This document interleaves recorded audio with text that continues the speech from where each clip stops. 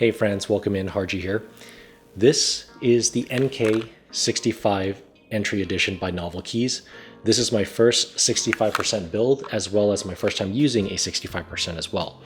Now, this keyboard was recommended to me and highly regarded as one of the best keyboards to get started with if you are new to the custom keyboard community. So I decided to pick one up and give it a shot and see what it's all about.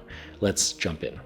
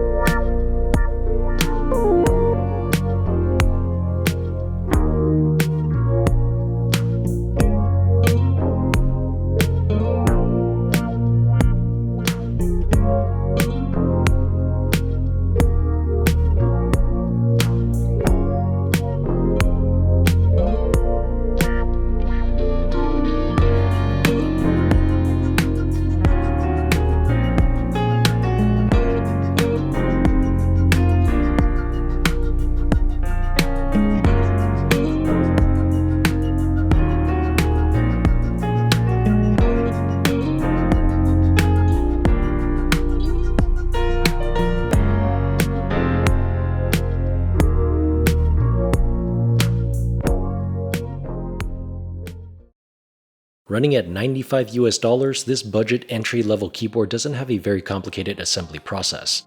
It's categorized as a modified top mount where the plate is screwed into the top case, the PCB is screwed into the plate from underneath, and then the plate again screws into the bottom case. The goal for this board was to be designed so that no screws are visible after the full build is completed. As for the materials, polycarbonate is default for the case with an aluminum plate, cherry plate mounted stabilizers, and a silicone dampener where everything is already pre-installed.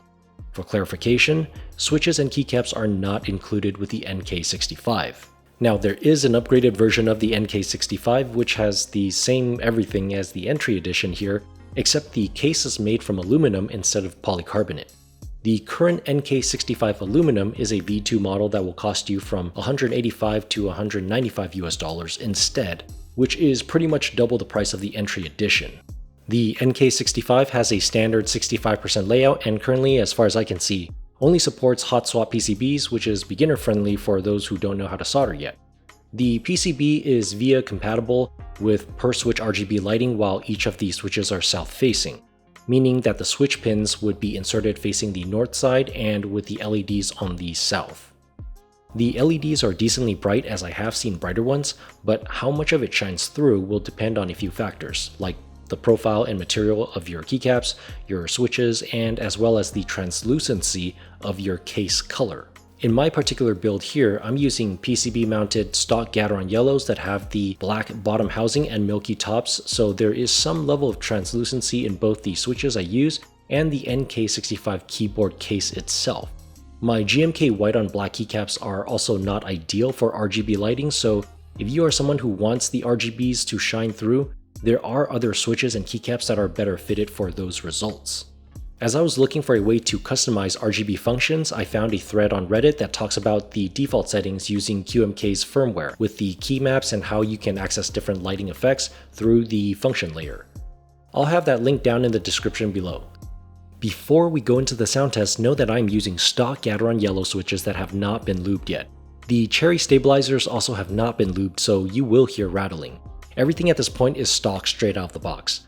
This video is one part of several more to come, and I do have more plans ahead using loop switches among other content regarding custom keyboards.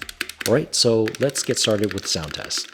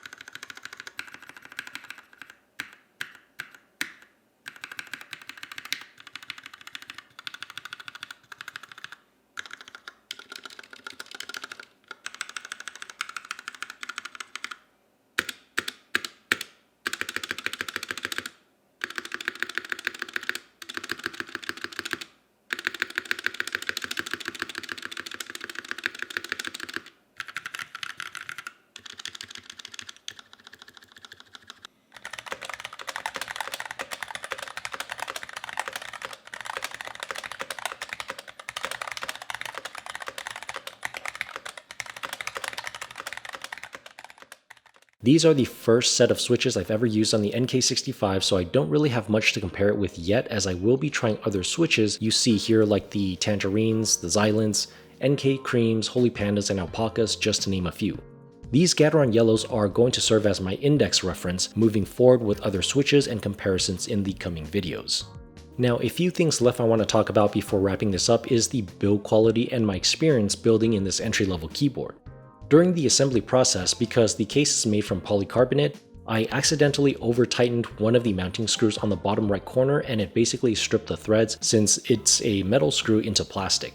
It's not really a huge deal as it still fits enough to hold the plate and bottom case together, and I'm not surprised as well because of the materials. So when you're putting this part together, make sure the top and bottom case are as snug as possible, and you might even have to hold them down together while gently tightening the screws.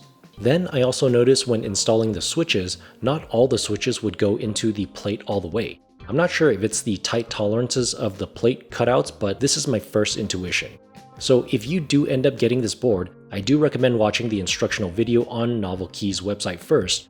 Essentially, they advise you to disassemble the top and bottom cases so that when you go through the switch installation process, you can use your fingers to hold the PCB up into the plate while pressing the switches into place and counterbalancing the PCB's flexion. This is because the PCB is screwed into the plate with what looks like to be only 3 screws in the middle, which leaves the corners and edges of the PCB to have more flexion when you're pressing your switches in.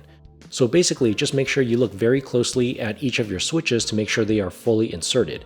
But also be mindful not to put too much pressure where it could break or damage the PCB. Last thing I noticed is that the enter key doesn't have a smooth travel down, only when pressed at a lower angle here like so, running into a bump or hitting something. If I press the enter key straight down and from anywhere else, it seems to be perfectly fine. I don't know if it's my unit specifically or because it has something to do with the cherry plate mounted stabs versus other types like PCB mount and screw-in stabs, or the fact that I haven't lubed them yet, in which that case I will soon know as I do plan on lubing everything up. Alright, that's all I have for the NK65 Entry Edition custom mechanical keyboard for now.